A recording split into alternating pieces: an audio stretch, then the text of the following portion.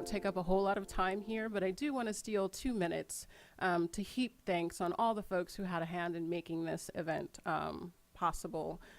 Realizing events such as this, it takes more than a notion, as my mom likes to say. And I would like to give credit where credit is due for this particular notion made flesh. First and foremost, thanks go to Millery Paulinet and the members of Gallatin's Black History Month Committee, and to Nina Katchadorian and all the members of the Distinguished Faculty Lecture Committee. Thank you to all the planners and wranglers and organizers, Rachel Pletzer, Teresa Anderson, Mike West, Angie DeSocio, Casey Traumer, Erin Sedolia, Jen Burge, and the entire theater staff. And of course, special thanks go out to Dean Suzanne Wofford.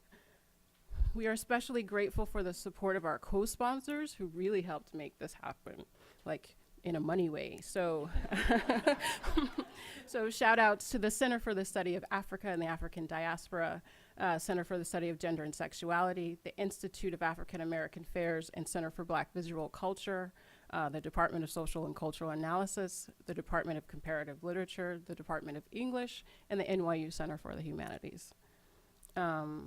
My biggest thank you, personally, is to Hortense Spillers for saying yes to the invite. We are truly honored by your presence here and have been eagerly anticipating this evening for many moons. And thank you for your work, which I encountered as a teenager, through my mom, who after nearly two decades teaching high school English decided in 1988 to go back to school for a PhD in literature. Like so many women working double and triple duty in those days, she brought a lot of work home. I read with her when I was being nosy, and I read to her when her eyes failed her. Your work, Mama's Babies, Papa's Maybe, of course, but also the book on conjuring in Black women's fiction, Interstices, a small drama of words, and all the things you could be now if Sigmund Freud's wife was your mother was your, that one. Many a mother-daughter kitchen table theory session. To be completely honest, this Mama's Baby is still trying to work it all out. But I want you to know how thrilling it is for me and an entire second generation of scholars who have cut their eye teeth on these essays, and probably a third if you count our students who are here and thrilled and beside themselves to have you here. And we're glad to have you, and by all accounts, you're still doing the damn thing. So thank you so much for your work. Yes. Okay, enough of that. Now back to the bee watcher watching. So this is all in the program, so I'll just say briefly that Hortense J. Spillers is the Gertrude Conaway Vanderbilt Chair in English at Vanderbilt University. While on leave this semester, she is serving as the M.H. Abrams Distinguished Visiting Professor in English at Cornell University. Her essay collection, Black, White, and in Color, Essays on American Literature and Culture, appeared in 2003 and has been the subject of various symposiums and critiques.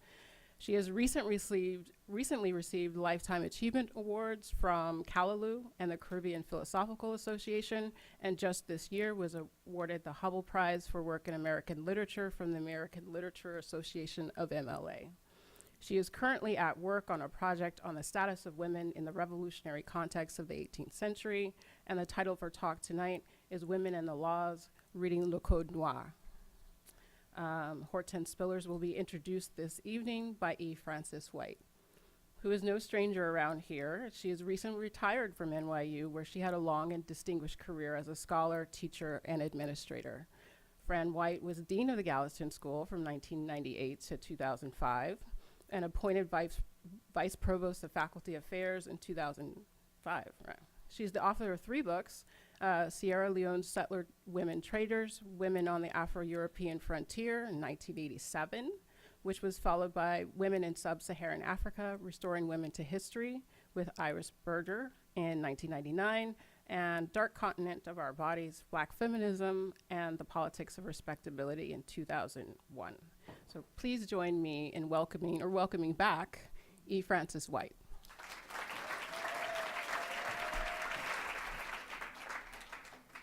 Thank you, and good afternoon. It is really great to be back and see many of my friends and colleagues here.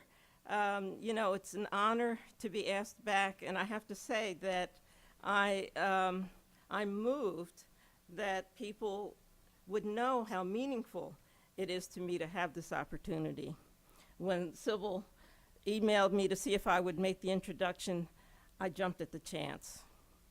Now, I remember when I first heard of Hortense Spillers, it was not at my mother's dining room or a kitchen table, but a good friend and colleague at Hampshire College, where I was then teaching, Evelyn Hammonds, told me there was this wild article by some woman at Cornell that I had to read.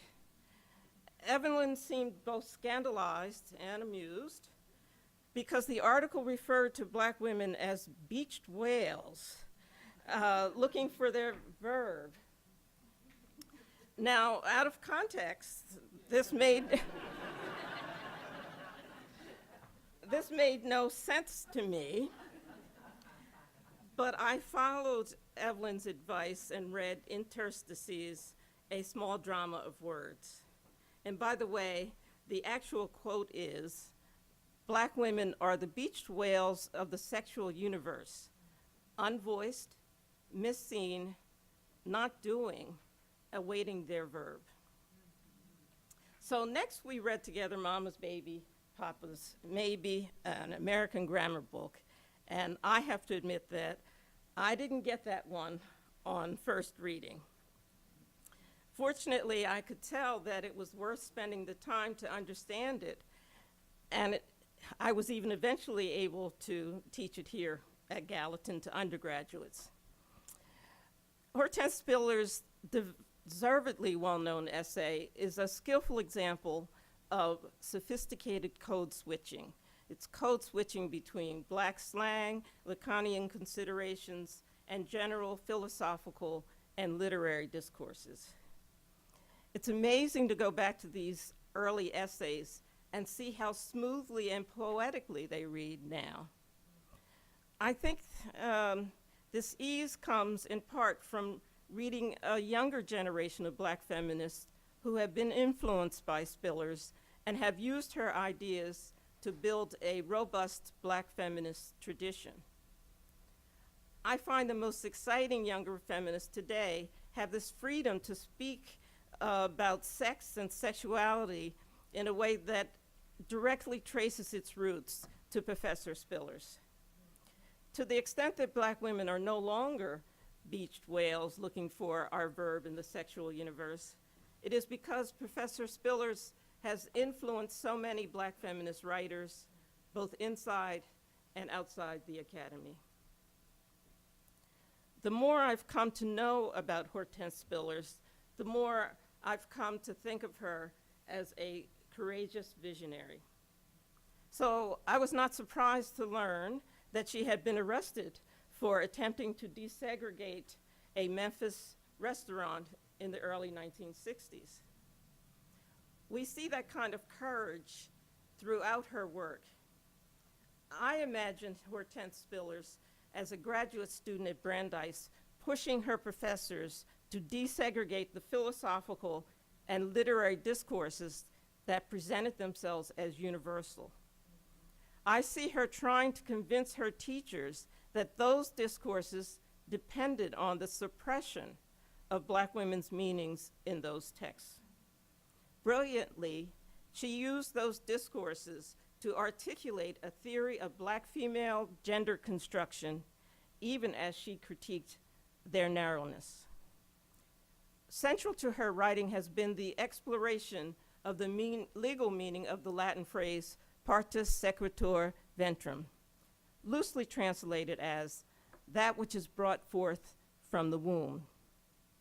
In 1662, the Virginia legislature passed partus to dictate that any child born of an enslaved woman was born into slavery, regardless of the father's status. Now, many historians have demonstrated how partus allowed white slave masters to expand their slave holdings by forcing their sperm into black women's bodies.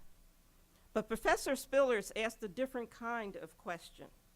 She said to us, imagine what it meant to black women and black and white families that the British switched from the deeply embedded patriarchal tradition of descent through the father, think father with a capital F, to descent through the slave woman's womb. Imagine, she has insisted, what this change has meant for black women and black and white families to this day. Clearly, we historians owe a debt to Professor Spillers. To further illustrate, she gives us new ways to think of the meaning of Thomas Jefferson and the shadow family that he created with Sally Hemings. Because of Spillers' work, we have to question everything we have ever thought about the meaning of intimacy in families. Now, preparing for this introduction, I was drawn back to an essay that Professor Spillers wrote on James Baldwin. You know, this is one of those times when many people are turning to James Baldwin. There are new books coming out. If Beale Street Could Talk, the movie has been winning awards. So I wanted to remind myself what Professor Spillers has had to say about Baldwin. She pulled out of his oeuvre a concern for the human that went to what she called his bottom line. Let me quote from her on Baldwin. The recurrence of the race thematic in his work is contextualized or conditioned by a larger sense of the human. Baldwin's insistence that we make new is asserted from his position as a moralist of the highest order. By moralist, Spillers explains, I do not mean moral monger, but rather the moralist as one who emphasized the significance of conduct as the primary question of an ethical project. She continues, quote, Baldwin holds substantial membership in a visionary company stretching back through the ages of Western thought that founded its chief cognitive object on and in the human. If we would locate a bottom line in Baldwin, it is writ here, injected by the currents of his particular biographical and autobiographical detail, unquote. As many in the past have noted, Professor Spillers injects her particular biographical and autobiographical detail into her work. And clearly, we can say that, just like Baldwin, Professor Spillers' bottom line is the human. Like the best of Black feminist thought, her concern is to see how Black women's lives and histories get us closer to understanding what it means to be ethical, moral, and indeed human. Please help me welcome the Gertrude Conaway Vanderbilt professor from Vanderbilt University, Dr. Hortense Spillers.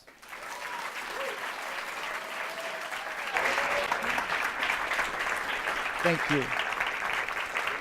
Thanks very much. That was wonderful. I wish it could have gone on, right? Oh, thank you so much for that. I want to thank Sybil Cooksey and all the people who are responsible for my being here tonight. It's really lovely to see you on this cold February winter. You could have been a number of other places. You know, I think of what the airlines say to us. I realize you could have been on another airlines, but you came to this one, so I appreciate it. So I say in the same way, thank you very much for honoring me with your presence. It's great to be here. This is my first time at the Gallatin School. I've been at your neighbors at NYU, but my first time here. And I'm glad to know that it's Washington Place rather than Washington Square, because the Lyft driver said to me, all of this is Washington Square. So I had to try to get out and figure out where number one was, right? But Teresa Anderson helped me out on that one. So, okay, I would like to, before I start, place this talk in perspective with a larger project that I'm working on, to which Sybil Cooksey has already alluded, and I will say just a little bit about it. Well, I actually have a couple of big projects. I want to talk about one of them, though, tonight. I suppose you could call me somebody who's a kind of chef, if it's the difference between ossobuco and fried chicken, right? One of those goes a lot faster, and the ossobuco, as you know, is slow cooking. Well, I am a very slow cooker, a very slow writer. So it's a couple of things that I've been working on a long time, and a couple of things that I hope to finish before I'm finished. And this one, this particular project is called Sentiment and Sorrow, what the 18th century has to teach us. So this project lends its name to a research protocol, again, that's been referred to by Sybil, that really starts with the Jefferson Hemings liaison, and it's unfolding in a transatlantic context, and moreover in the circumstance of revolution in Europe and the Americas.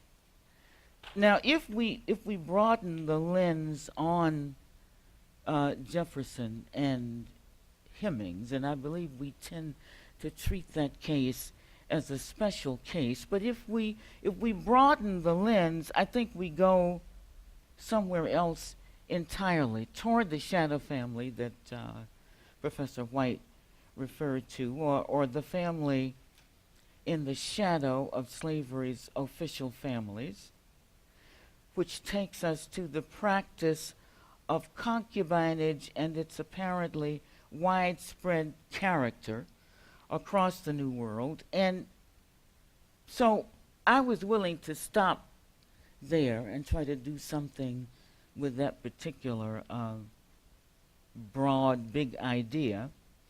But then thinking about it further, and this is where the puzzle or the enigma comes in, because I'm not sure I understand what I'm driving at, but I think I'll know it when I see it. And that is the transformation of our understanding of the entire repertoire of intimacy in situations where slavery is practiced. And what I mean to say by that is that the official family is not spared in the context of the practice of slavery. White people, or white slave holders, do not have a great life, I'm thinking, under conditions of enslavement, despite their being dominant or on top or in the best position. So my question is how the feelings and the sentiment under slavery's practices shifts for everybody, right? For both official families and shadow families. So it is this elsewhere that I am attempting in the long run to bring into view in an examination of the status of bonded women on two revolutionary sites, San Domingo or Saint-Domingue on the way to Haiti, and what becomes the United States in the British colonies, and both of these sites in the Americas in light of the birth of the modern French state. So the 18th century bears special significance for us precisely because these sites bring into stunning clarity what is at stake in the emergence of a historical subject that we call today African diasporic and New World cultural forms, and they will require special laws which mandate a crisis, or which demark or define a crisis along several lines of stress. And that crisis is the advent of blackness or Africanity inaugurated in the West. So the remarks that I want to give this evening, and I hope not to keep you too long or boringly, the remarks today are based on a cursory examination of a body of law set aside in the 17th century by the French state in an attempt to define a juridical subject who is neither European nor Christian. Le Code Noir, or the French Black Codes, become, as a result, an exemplary instance of a crisis that revolution will not solve, but will only heighten and extend. So, women and the laws. In 1987, Louis Salamolin published a full text complete with critical commentary of the French Black Codes and subtitles his project The Calvary of Canaan. We might also translate Le Calvaire de Canaan as the crucifixion of Canaan. The Code Noir began its long journey in Versailles at the court of the Sun King Louis XIV in March 1685 and was terminated a little short of 2 centuries later in April 1848 at the commencement of the ephemeral Second Republic. The 18th century saw at least 3 iterations of the code in 1745, 1767, and 1788. Salomolin's text is based on the 1767 edition of the code, reproduced in facsimile, unaccompanied by historical or historiographical marginalia or critical commentary, by the historical societies of Guadeloupe, at Basse-Terre, and Martinique at Fort-de-France in 1980. My own attempt to translate and read this text sometime in the 90s has been compelled by my interest in comparative diasporic studies, but more than that, my curiosity about the fate of the partus sequitur ventrum, to which Professor White alluded a moment ago, which determines the fate of the newborn by way of the condition of the mother. This generational succession of bondage strikes me as the sine qua non of the peculiar institution, so that this specific naming of the female in her reproductive career takes us, it seems to me, to the very heart of the matter. And from it, we trace the route of the reproductive function in polar opposition to the capacity to order one's world, and in its association with the blood element and how it traffics in the unspeakable, which eludes the public world of political address. So I'm riffing here on a number of thinkers, some of them feminist theorists and other investigators, among them Ivan Hannaford in his study of the idea of race in the West. Early on in this text, Hannaford works meticulously at establishing the idea of the political and what the idea of the political was in the classical world, reading it in radical contradistinction to notions of race. For him, the idea of the political represents an enormous leap that we have failed, he argues, to fully appreciate, inasmuch as it is emerging in an historical context where order had previously depended on the observation of hierarchical rules pertaining to household, family, clan, and tribe. In Greece and Rome, he observes the transition from kith and kin to polity, from blood relationship to political relationship, cannot be explained using natural, evolutionary, or generic criteria. One way to read this is to hear in its implications the division of social labor that will come to be named public and private spheres of interest, that gets, as you know, a substantial and systematic treatment in the Aristotelian outline, the public and private spheres of human interest and their theoretically rigorous gender protocols.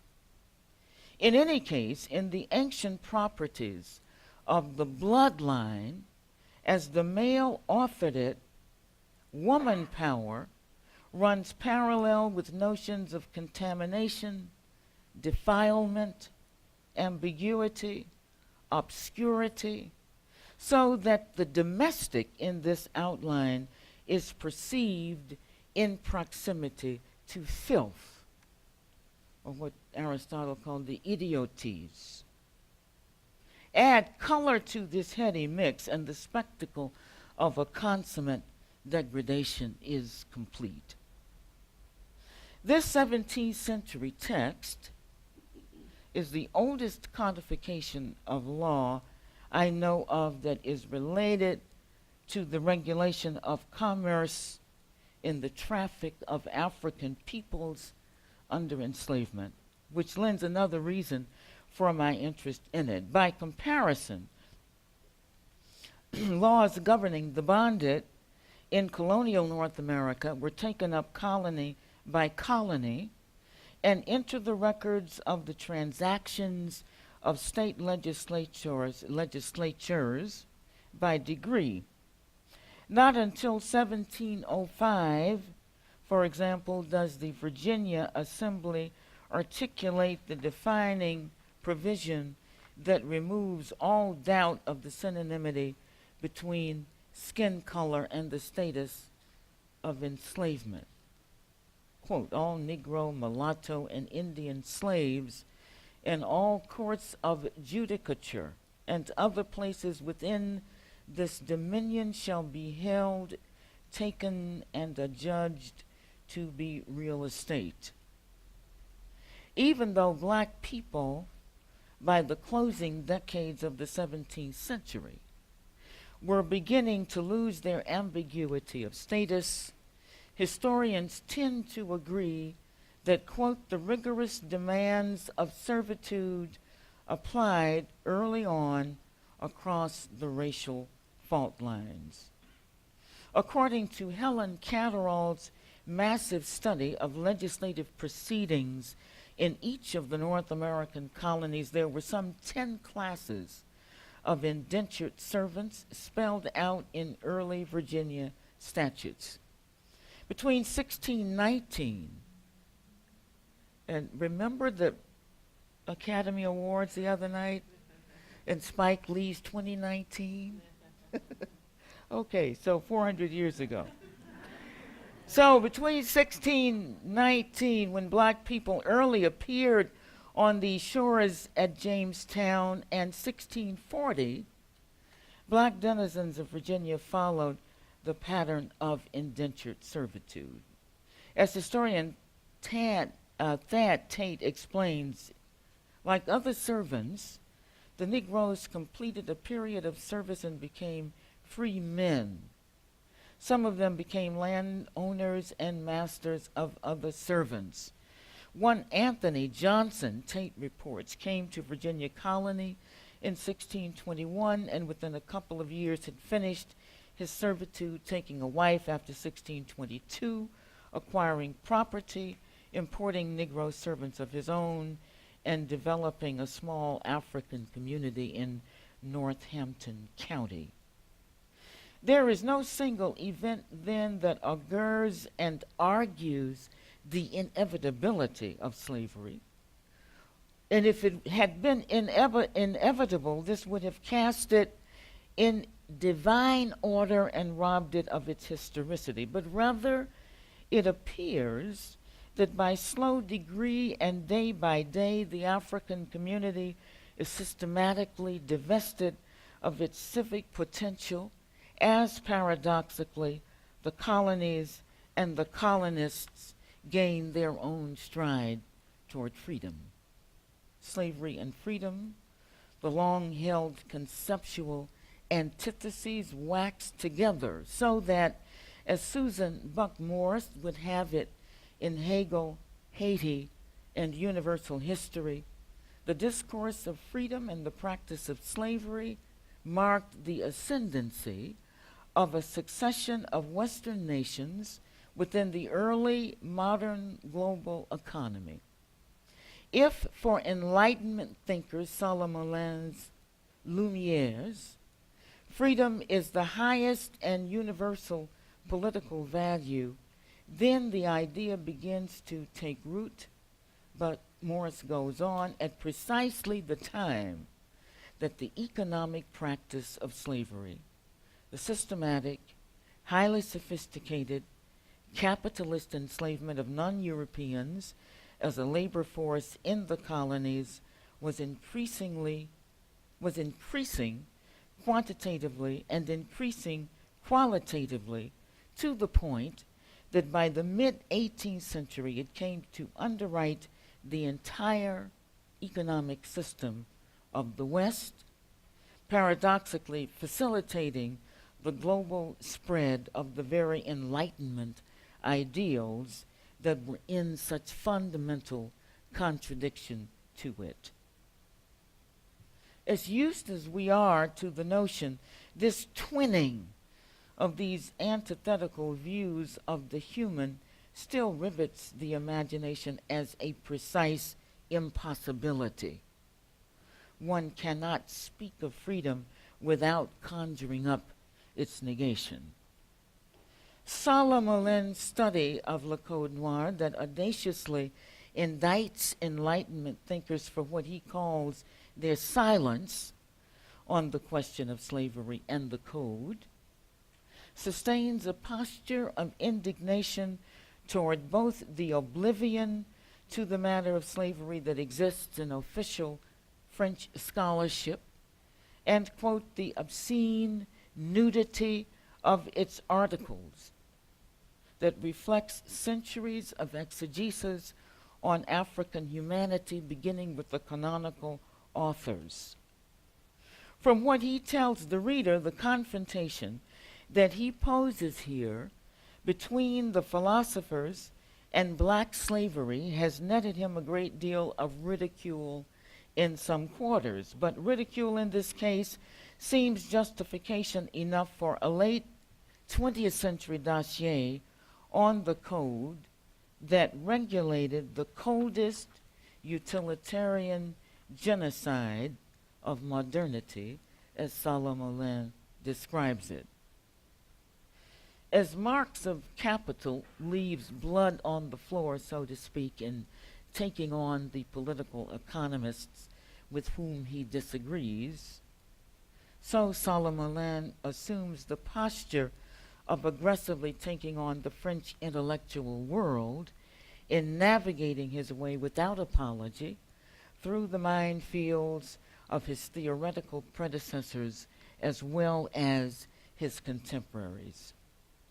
At the end of a calendar of events, which he inaugurates 8 January 1454, and Pope Nicholas V's authorization to the King of Portugal to practice the trade, Salomon marks the second centennial of the Code by noting the convening of the Berlin Conference of 1885.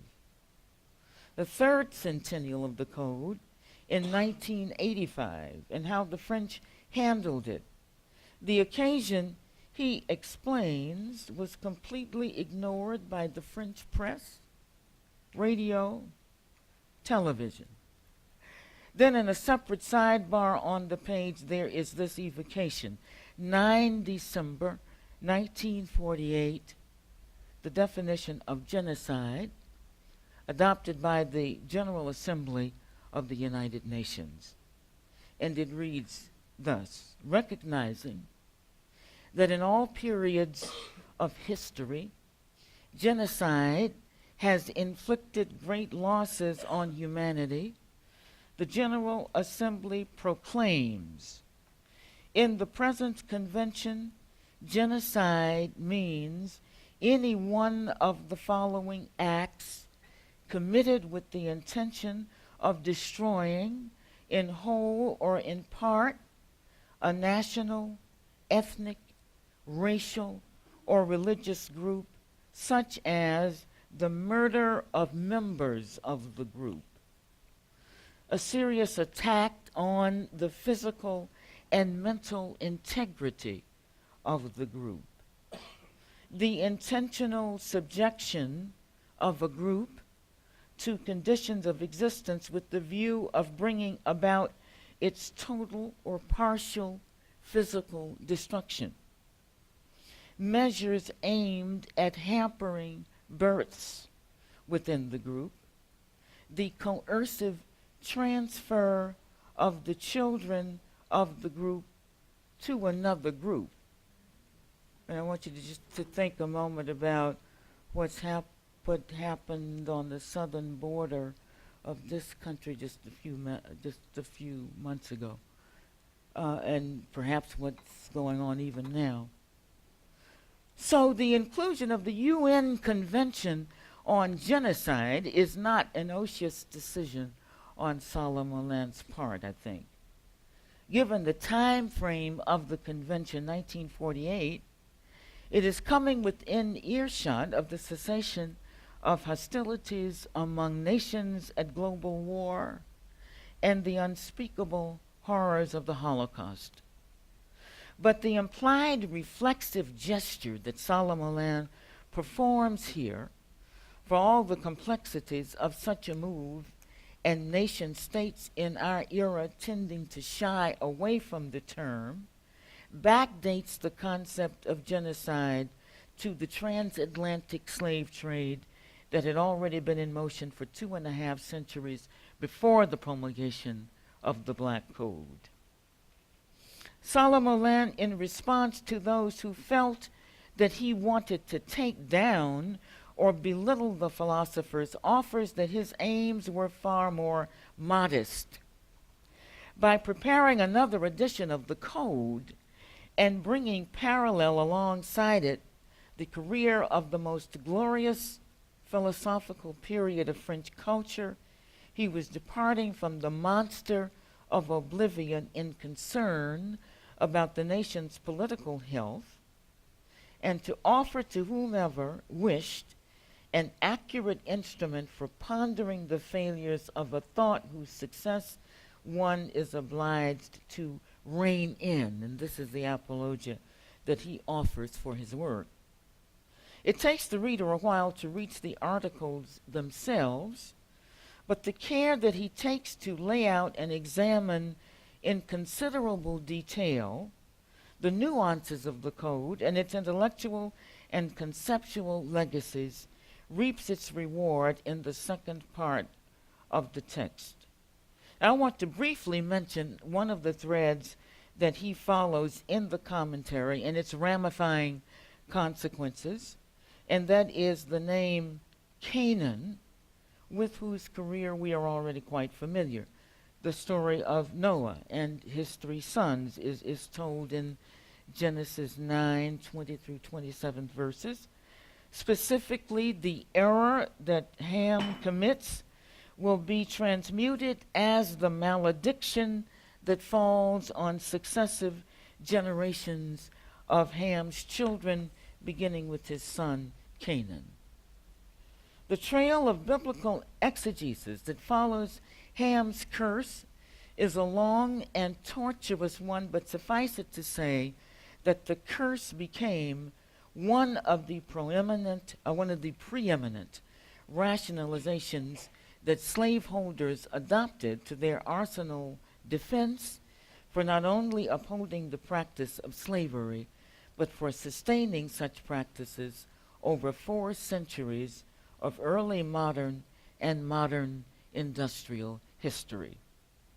In short, the descendants of Ham, installed in distant regions in unknown lands, will emerge in the literature of the white Jefiti, Solomon argues, as concomitant with black Africa. So, the geographical rationale, among a host of other reasons for the infliction of enslavement on New World Africans, and as one of the inspiring motivations behind race thinking, is also investigated in work by Nell Painter in, for instance, The History of White People.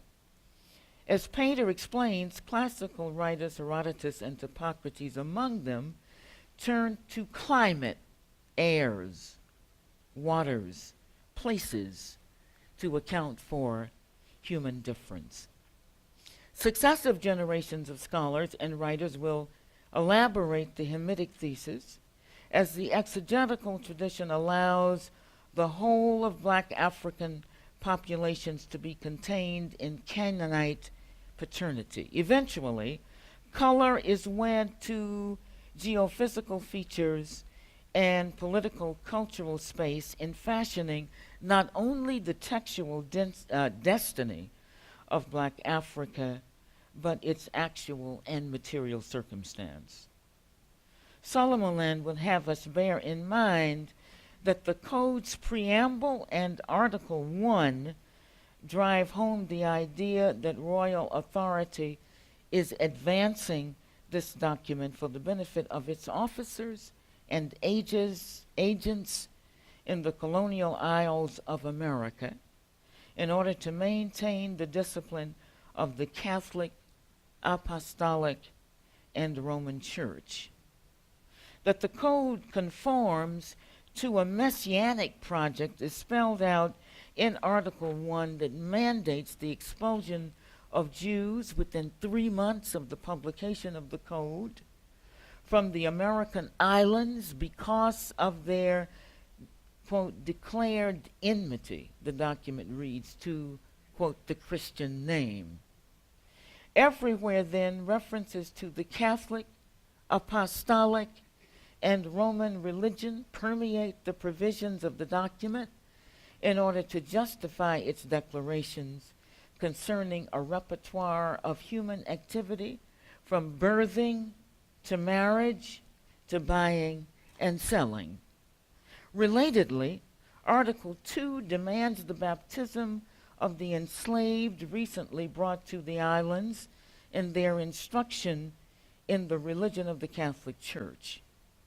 We would be forgiven for regarding this obsessive gaze at the church, and indeed at religiosity, as a primary motivation with a great deal of cynicism, because the drafters, the Sun King's ministers, speak plainly as though slavery were as natural as breathing in the air. Never once, apparently, is there stuttering or throat clearing in the syntax. For example, we enjoin the inhabitants who buy newly arrived Negroes, for example, moves right along with dispatch to the end of the period. And we observe this language of decree, of words and aggressive action, as one of the quite astonishing stylistic dimensions of Le Code Noir. Colin Diane argues in Haiti, History and the Gods that the work of the Marquis de Sade might be read as a literalization of the Black Code and a record of those practices that exceeded its regulations. Determined to strip French history of its glory, Sod brought out the truth, she goes on, at the heart of the traffic in slaves, not only economic gain, but the tempting and pleasurable reduction of human into thing. Like a persistent drone that subtends some lighter rhythm, in this case economic gain under the aegis of the Catholic, Apostolic, and Roman religion, the reduction of human to thing, and the remarkably unquestioned commerce that drives it everywhere, infuses this document with so odious an intention that its feints of high moral and religious motivation even deceive it. Articles 8 through 13 concerning marriage and concubinage bear out this sense of a reading and bring us to a point of focus. Article 8 declares that subjects of the king who are not of the Catholic religion are incapable of contracting valid marriages, and that children born to such liaisons are illegitimate as they will be held and reputed to be true conjunctions of concubinage. Annette Gorton Reed points out that under the laws of Virginia, quote, any child born out of wedlock was considered filius nullius. Filius nullius, the child of no one. This canny manipulation of the rituals of union in the case of the code and the social status of children in both instances seems designed to reinforce the juridical negation of the enslaved. No civil rights are accorded to or recognized in the bondsman and bondswoman, which extends by way of the imposition of illegitimacy to heritable rights as well. So this disingenuous reliance on the evocation of the sacraments of marriage in the case of the code might be regarded as yet one more ruse for the absolute police power that authority wielded over its subordinates. Okay. Now I need to ask you a question, and you need to let me know the answer to this. How's everybody? I like to feel audiences because this gets kind of long. I can skip some parts of it. I go through in some detail probably about a half dozen of these. And since it's your dinner time and mine, and this could go on a bit, I think what I will do probably is just kind of skip to the last few pages of this. I think if I did just a few more pages, is that all right to do? Yeah? Okay. And if somebody wants to know more about those details, because we're going to do a little Q&A, is that right? At the end of this, and then there's a workshop tomorrow? Okay. So, Solomon Land addresses a number of provisions supplemental to the code and introduced in the 18th century that bear on the spatial prescriptions of the non-white public face. And I'm talking about laws dictating a public dimension of personality, and I talk about that space of dictation as juridical personality. And juridical personality is, I think of it as a space or a place, right? So from 1733, the king decrees that, and this is a part of the supplemental work to the codes, any mixed race inhabitant can exercise no responsibility in the judiciary or in the military. or any inhabitant who marries a negress, very offensive language throughout this thing, or a mulatto cannot be an officer nor gain any employment in the colonies. Mixed race persons cannot have any profession that places them even remotely close to judicial functions or dispositions not related to themselves. For these occupations can hardly be entrusted to persons whose probity is not recognized and which one cannot presume to meet in a birth so vile as that of the mulatto.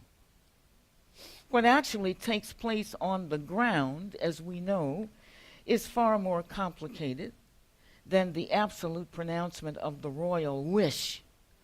But the latter offers a gauge for measuring the self-induced problematic of the mulatto, or the implications of cross-racial Congress, or even the social calculus that concatenates with the confusions of black and white.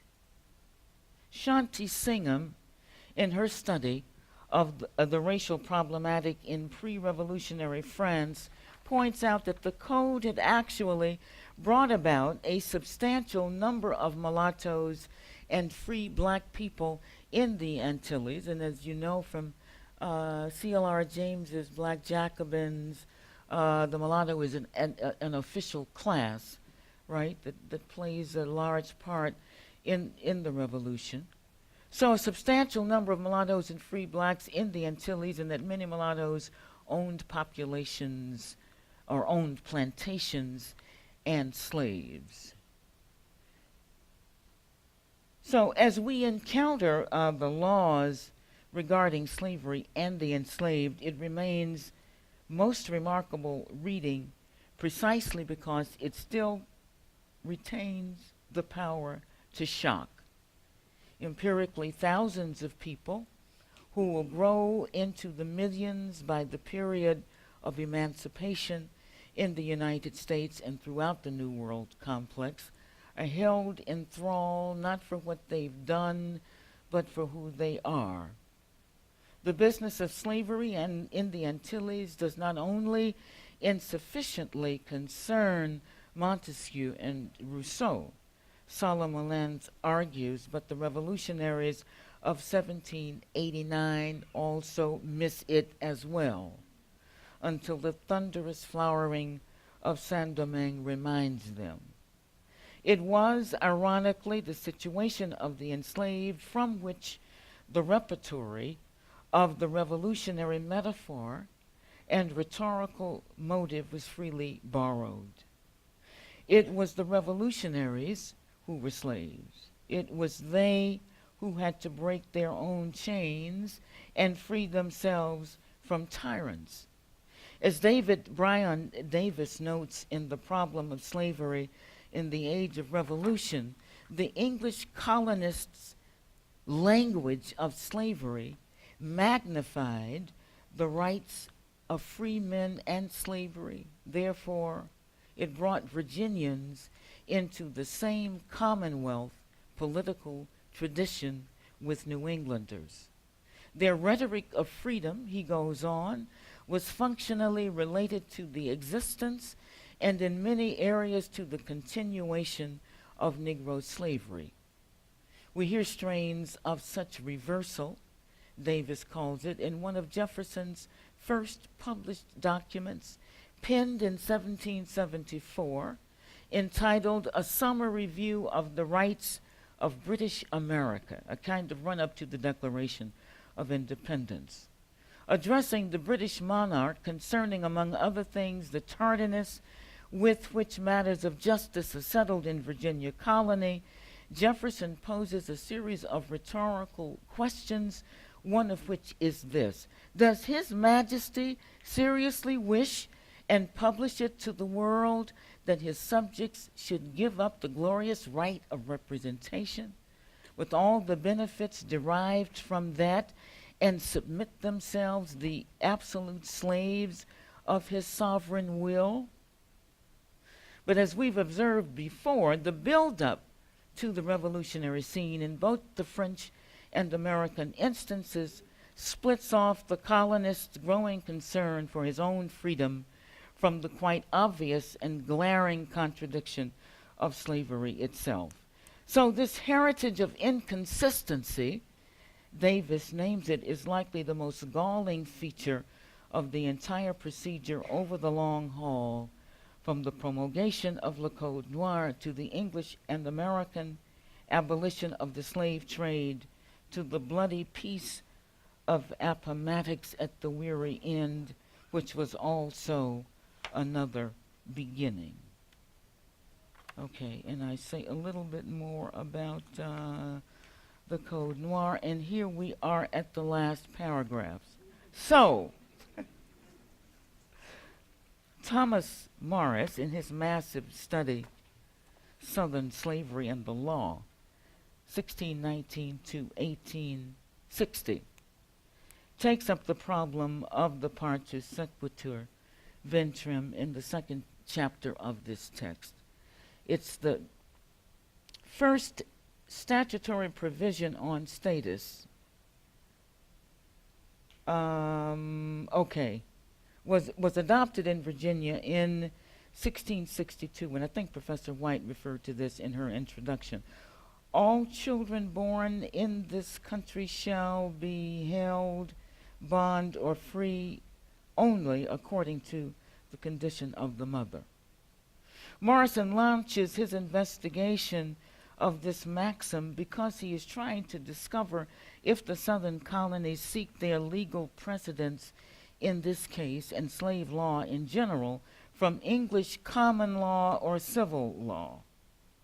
My interest here, however, is caught by other details, some of which I spelled out at the beginning of this lecture, but there's something else with which I want to close, and it is this.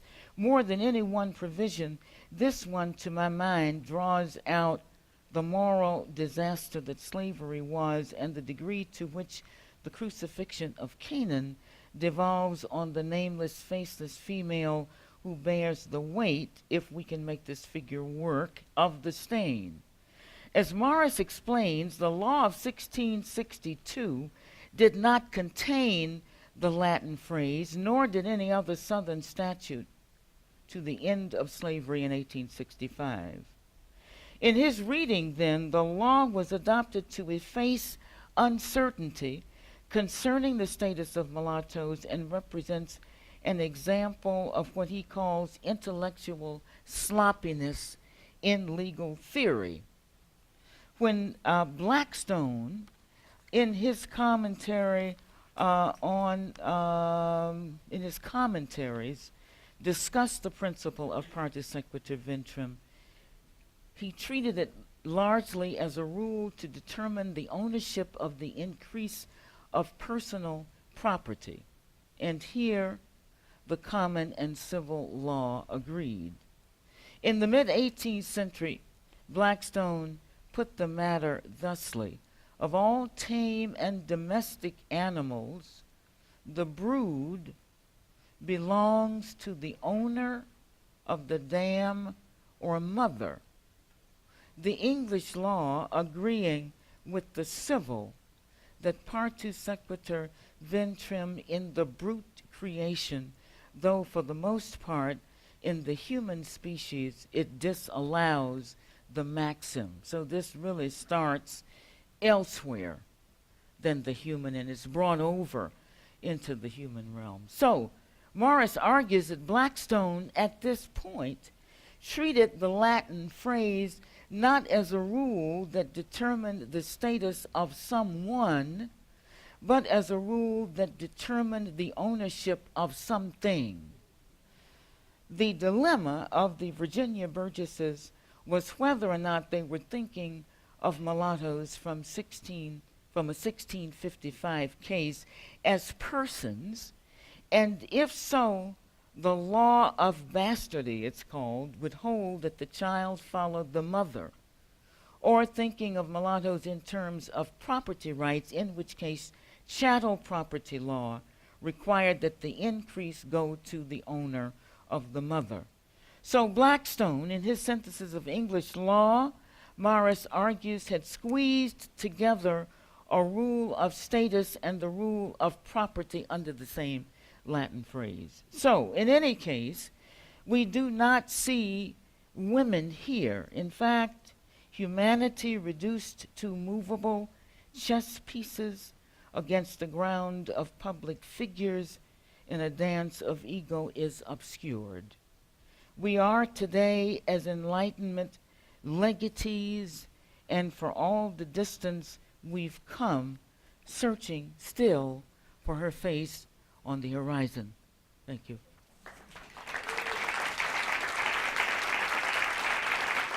Thank you. So I will be glad to hear any yelling, screamings, buzzings, beings.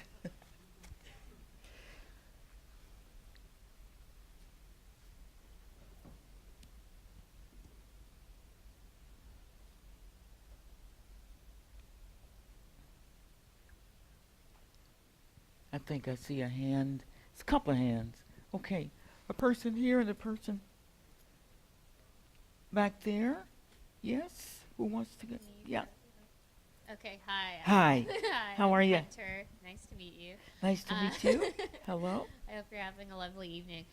So my question is, I was wondering if you could kind of expound upon the matrilineal kind of role that was coerced upon enslaved women in terms of the children that they had, and kind of what that means in a historical to present day context when we think about reproductive justice and agency for Black women in and around reproduction. That's a big question. Yeah. The role of the matrilinearity, is that what? Yes. Was that your question? Yeah. You know, I think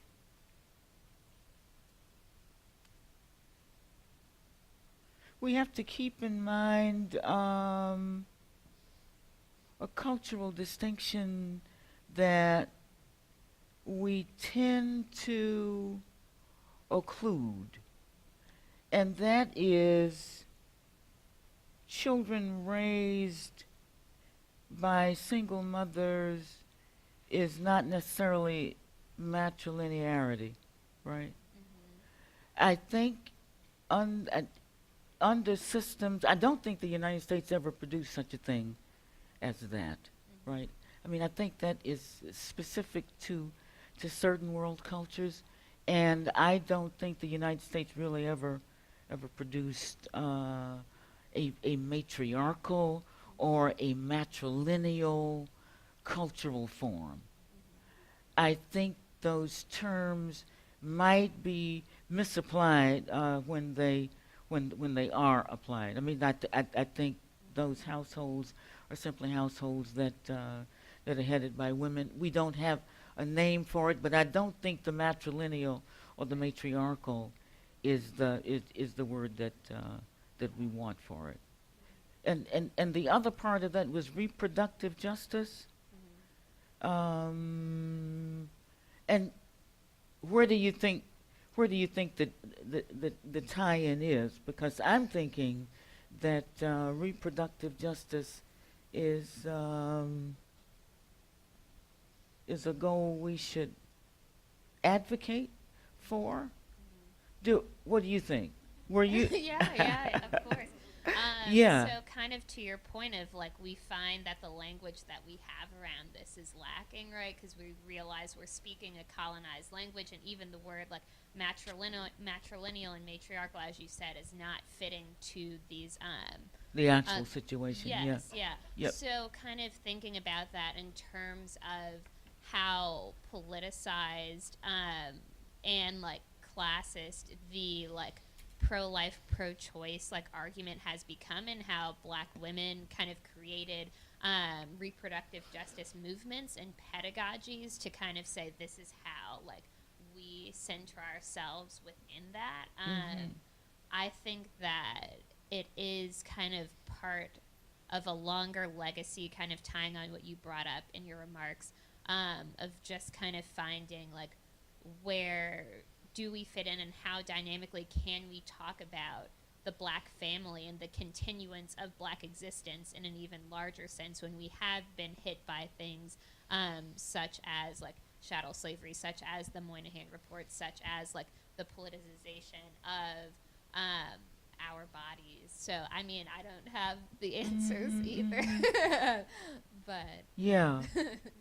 Oh, so you were talking about pro-life a moment ago, right? and like the hyper kind of like political segmentation of like the pro-life versus pro-choice argument or Right, whatever, right, and how right, kind right, of right. like black women kind of looked at that, found it dissatisfying because either side is anti-black. Either side kind of perpetuates a very like capitalistic kind of like carceral, like let's give it to the government to make the final decision mentality, which like if this was a nation state that was never made for our wellness and livelihood and the dynamism of our existence anyway, obviously we can't find our answers in that.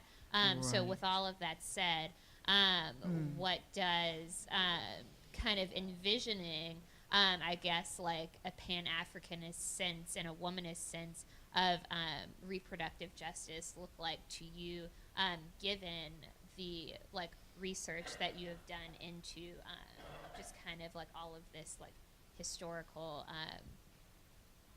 work? Okay. Yeah. That's a big question, and you have really good ideas about it. But whenever you say family to me these days, I get very nervous. And well, that's something else I've been thinking about. I'm teaching a course this semester at Cornell on the family in literature, and it starts with Oedipus.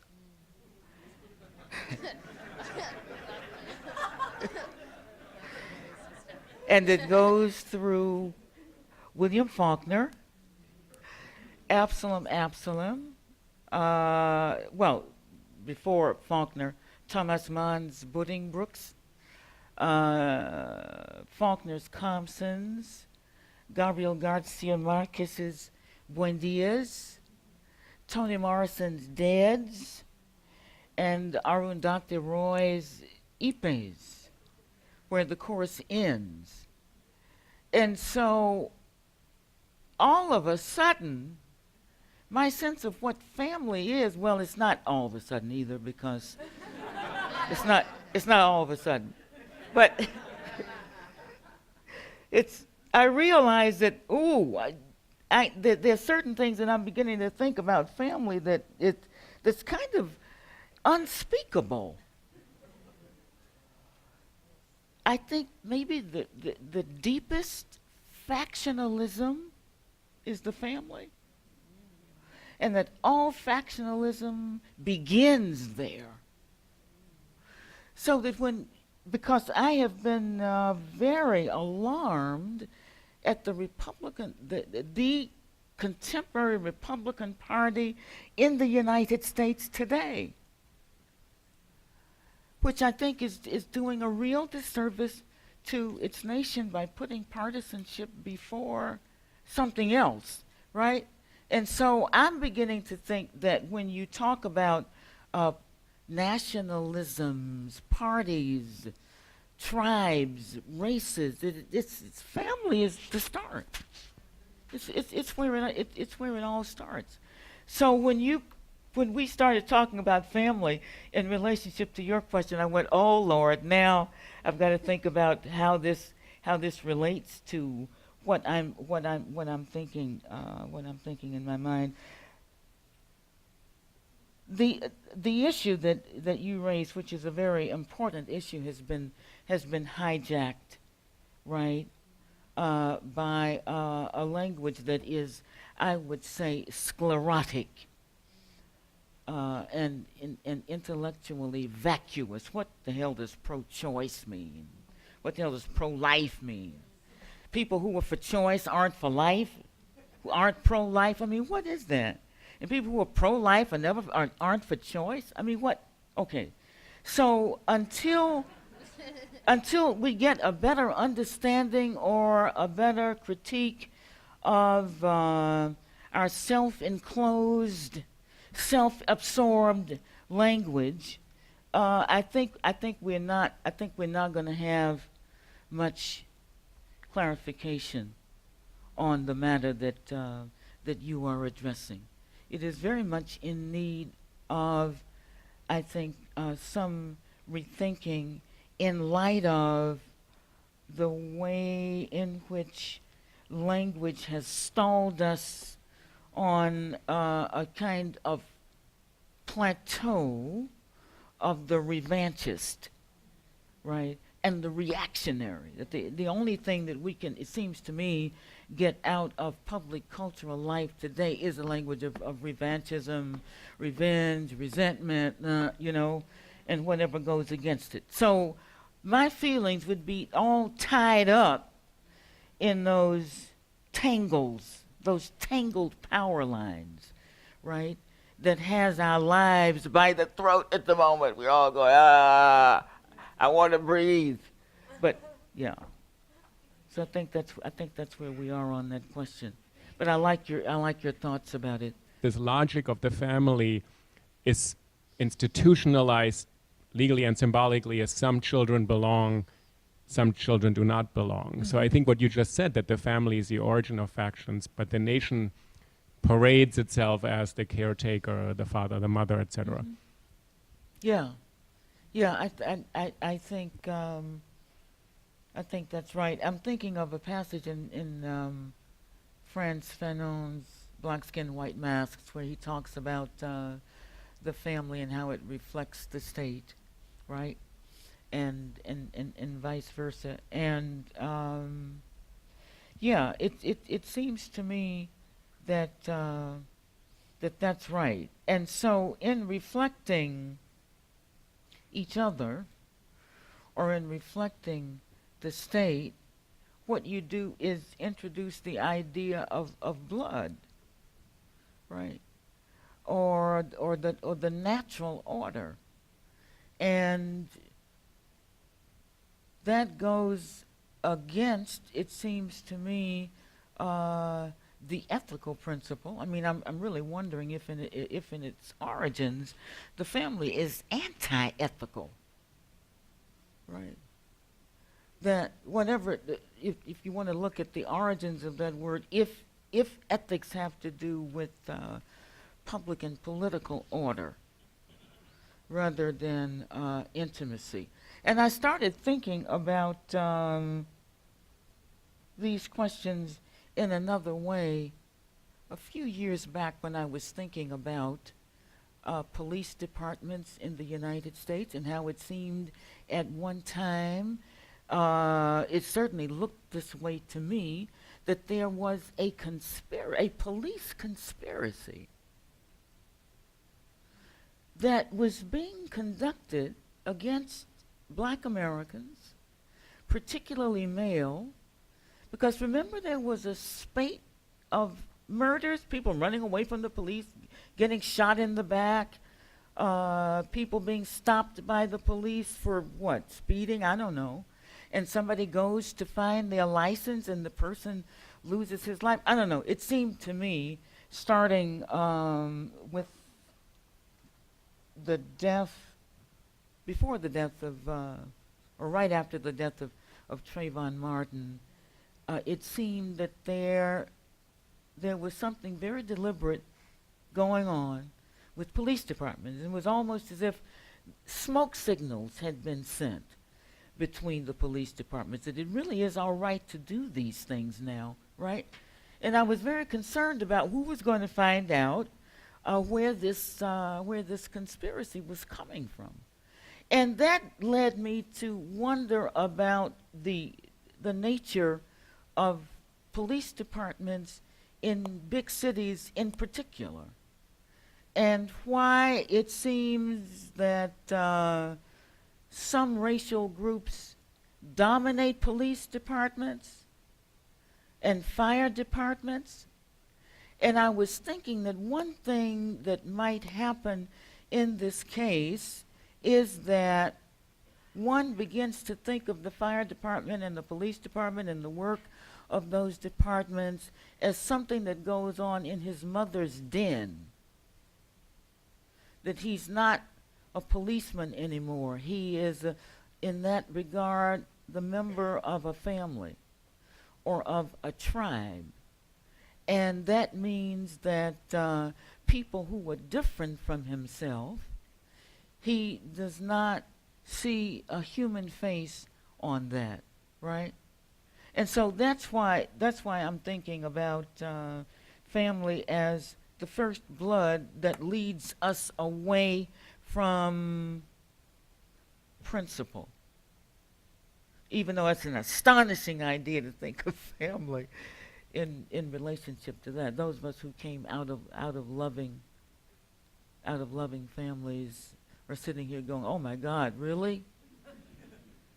But I'm beginning to think that in its origins, the family kind of messes us up, right? And that we have to, in order to come into maturity or into an ethical place, we have to go beyond family. I mean, the current occupant of the White House, think about this a moment. His children can't stand against him, given the logic of filial obligations, right? His children would have to defend him. But then you think, well, what kind of system is it that allows or mandates that you defend the criminal? So that's why I'm wondering how compatible those ethical and the family really are. This is just some new thinking I've been doing since I'm teaching this course. But it really is beginning to bother me what one is led to think about families, where so much is kept secret, so much is covered up, so much is prohibited, so much language that proceeds in family matters. It's like Toni Morrison said about something else, let us throw a veil over this and never look at it again, right? I mean, so it's an interesting question that you're raising. Somebody else? Well, I think I questioned this lady. Yes. Hello. Hi. So I'm honored to ask you a question. And I was introduced to your work last year when I first entered graduate studies as a single mother of my black son. His name is Judah. And it was really important for me to read your work immediately. People told me to, just knowing me. And actually, we even had a discussion of why your work wasn't in the syllabus of our Introduction to Performance Studies class at Tisch this semester, because of how integral it is, and how many black women are in our Performance Studies cohort this year. So my question before the lecture was about, the kind of this juridical space of the mulatto that you were discussing in your talk, and juridiciality as a space, how we have this legalness about us that we need to find or seek or something, and just how that plays with colorism in our black community is a very deep wound, So the mulatto is also a deep wound and scar in our society. And I wanted to ask you how we, especially as academic scholars, like black academic female scholars, female identifying scholars too, how we write with that wound, Thank you for that. Well, that's something else I've been thinking about. here lately, and I'm a little concerned about this because I think we're getting ourselves in trouble. I think I see the reification of color. I think I'm observing that. And I think one of the things that has distinguished this society from certain South American societies is that there was never officially the place of something called mixed race, right? And so my question is, what the hell is mixed race? Which is the question I think that Barbara Fields and Karen Fields are asking in their wonderful book, Racecraft. If there's anybody in this room who's not mixed race, please raise your hands. I just don't think you're going to get nobody in here that ain't mixed race. So, you see what I mean by reification? Yeah. So now you're saying that there is an actual categorical thing called mixed race, and people think they mean by that, for instance, Barack Obama, right? I mean, he's called, the post-racial poster child and all of that. So I picked up a book the other day about the tragic mulatto concubine. And I don't mean to be coming down on this person's work, but it really was offensive, right? Because that's what I mean by reification, right? I mean, you're pulling out, and the reason why the reification is worrisome is that it insists on morphological differences, right? That it is basing itself on what we said we wanted to repudiate, and that is the biological confirmation of race, right? Isn't that what our age is supposed to be against? So now you're up here talking about mixed race. I mean, that's biology. I'm thinking. So now what do you want to do with that category? You introduce that in the volatile mix of United States politics, and before you know it, you've got, quote, mixed race people actually pitted against darker skinned people. We've done enough of that voluntarily. Why do we now want to make it official? Or in the lead up to making it official? I'm again it. Okay, so that's what I have to say about that. And so what I invite people in this audience to do is to try to start moving us toward another sense of what, for instance, blackness is. That's just an example.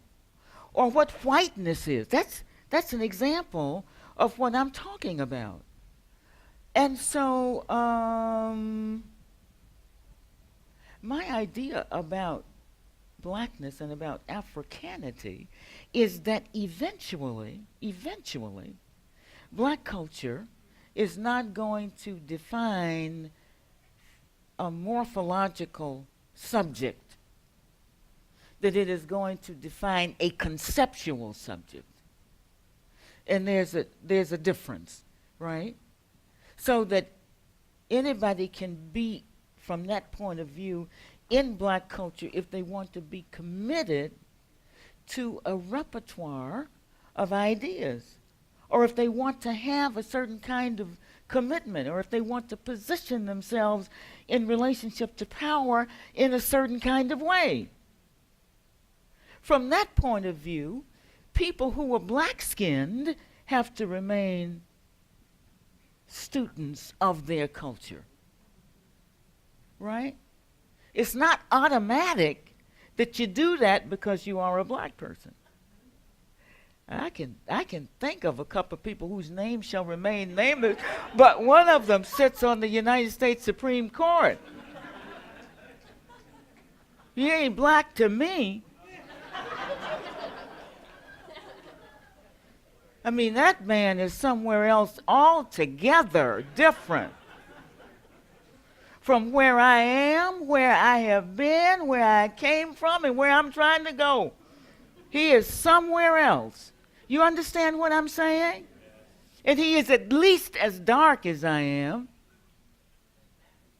So blackness should not be defined eventually. Eventually. And it's kind of a scary idea as something that is about the color of one's skin, but about the quality of one's intellect, his or her spirit, intelligence. That's what we ought to be talking about when we talk about black culture as critical culture, black culture as the radical critique of Western practices, right? It has to become a concept, not morphological commemoration, if I could put it that way. So that's why I'm upset about the mixed race thing. We do not need the official ratification of an even more divisive idea. So I want you to start speaking against it using a different vocabulary. If you want to identify somebody who's, I think the person means one parent is black and one parent is white. Well, I don't know what are you supposed to call that? That's just people. I don't want to call that mixed nothing. I mean, I've seen two black people produce somebody as white as anybody in this room. What were they? I grew up with kids like that who looked like white people, and you looked at their parents and they looked like white people too, but they were all saying they were black people. And everybody was going, oh, okay, well, I guess. Okay then, ain't nobody here but us chickens, right? Okay. Let's do it. So now we're talking about how good are you at solving that algebra problem on the board? That's what I want to know about. Or how good are you at hoops? Or playing a clarinet or a trumpet like my siblings played. That's what we want to talk about. How good are you in choir? How good are you in English? Can you figure out the direct object of that verb? Because I knew a teacher who would hit you upside your head and call you a dummy if you couldn't get the direct object right. So nobody was necessarily looking at the kid because she had hair down to her butt and was light-skinned. We just thought she was just another kid. So to come all these decades later, and suddenly we're talking about mixed race, it's like we're walking backward. Talk about the moonwalk. Lord, we have moonwalked all the way back to the 1950s in our understanding of what the hell is going on. So that those of you who are progressive thinkers, and I'm assuming that I am talking to an audience of really progressive people, we've all got to pull together to try to get our understanding right about these things. I mean, we need some way to define these things that's not pulling us backward toward dumb ideas, destructive ideas that wear us out and destroy us, don't sustain life. Nothing life-sustaining about mixed race. Ain't nothing new about it either. So we need to go someplace else. Thank you very much for that question. Hi. Thank you so much for being here. I have so Thank much you. love for your language and for your spirit, and I'm so thankful that you're here.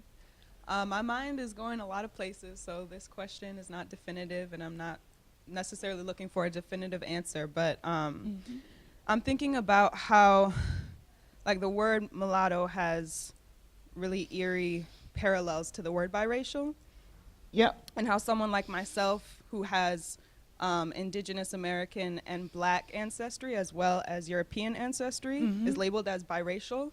Yep. And how I grew up in a white school that wanted me to be labeled as biracial and wanted me to assume this kind of tragic mulatto disposition, and wanted me to believe that black people really felt that way about me. And I'm thinking about how, I think you commented on incidents in the life of a slave girl, about how there's a moment where when the enslavers, when the mistress is looking on the body of her enslaved Harriet Jacobs and feels a certain jealousy of like wanting to possess that body, and how that manifests in a type of violence. Yep.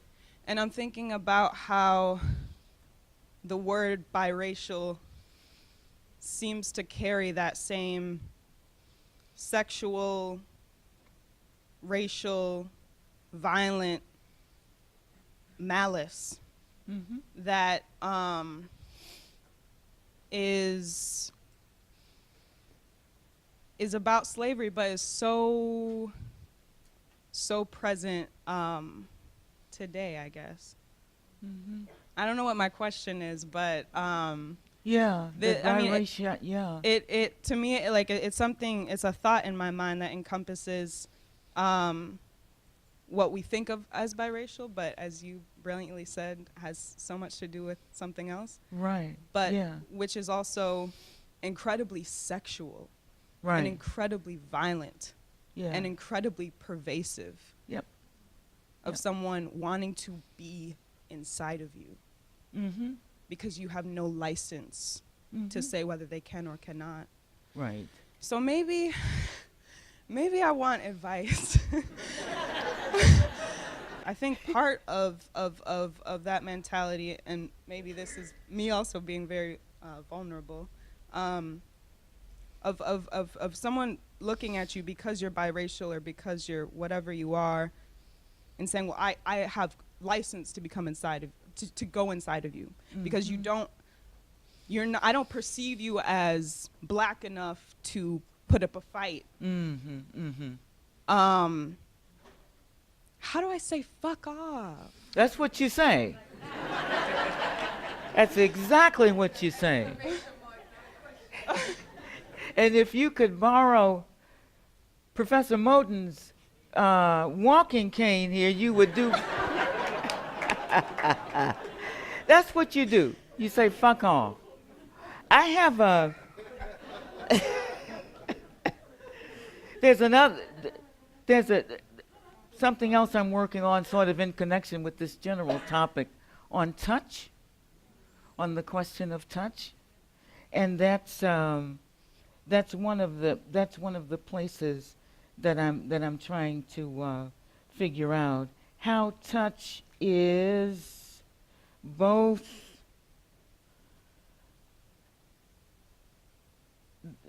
an act of intimacy, or the register of intimacy, at the same time that it could be the register of aggression, and those two things are twinned, right? It depends on the intention. So that your freedom, and this, to my mind, the slavery's key violation was that it allowed the manipulation or the manhandling of people without their permission, right? That you could hand somebody, that you could handle somebody without their saying it was okay. So it seems to me that what happens with the free state is that an interface drops between you and the world. It's invisible. But what it means is I can't put my hands on you without your permission. Implicitly, right? In order to touch you or to be in touch with you, I have to have permission to do that. And what slavery did was remove that interface and make it possible for surfaces to come in contact without somebody saying, either by word of mouth or by gesture, that it was okay. So I think saying to somebody, don't do that, is fine. And to say it just the way you're saying it is fine. Yeah, I do think that biracial is another way to say, because I don't know what biracial means, in as much as it implies that there is some ground that is original, uncontaminated, pure,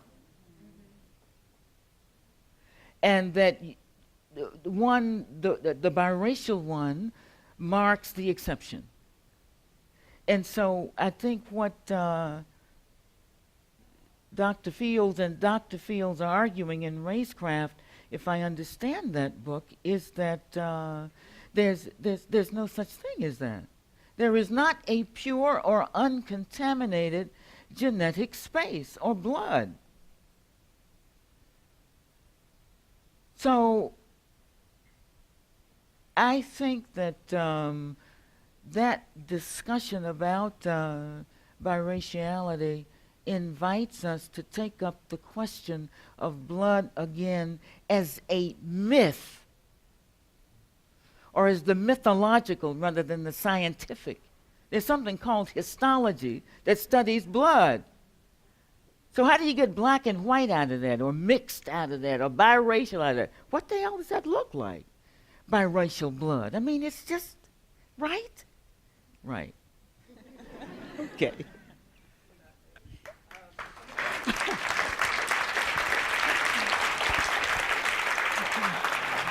Thank you.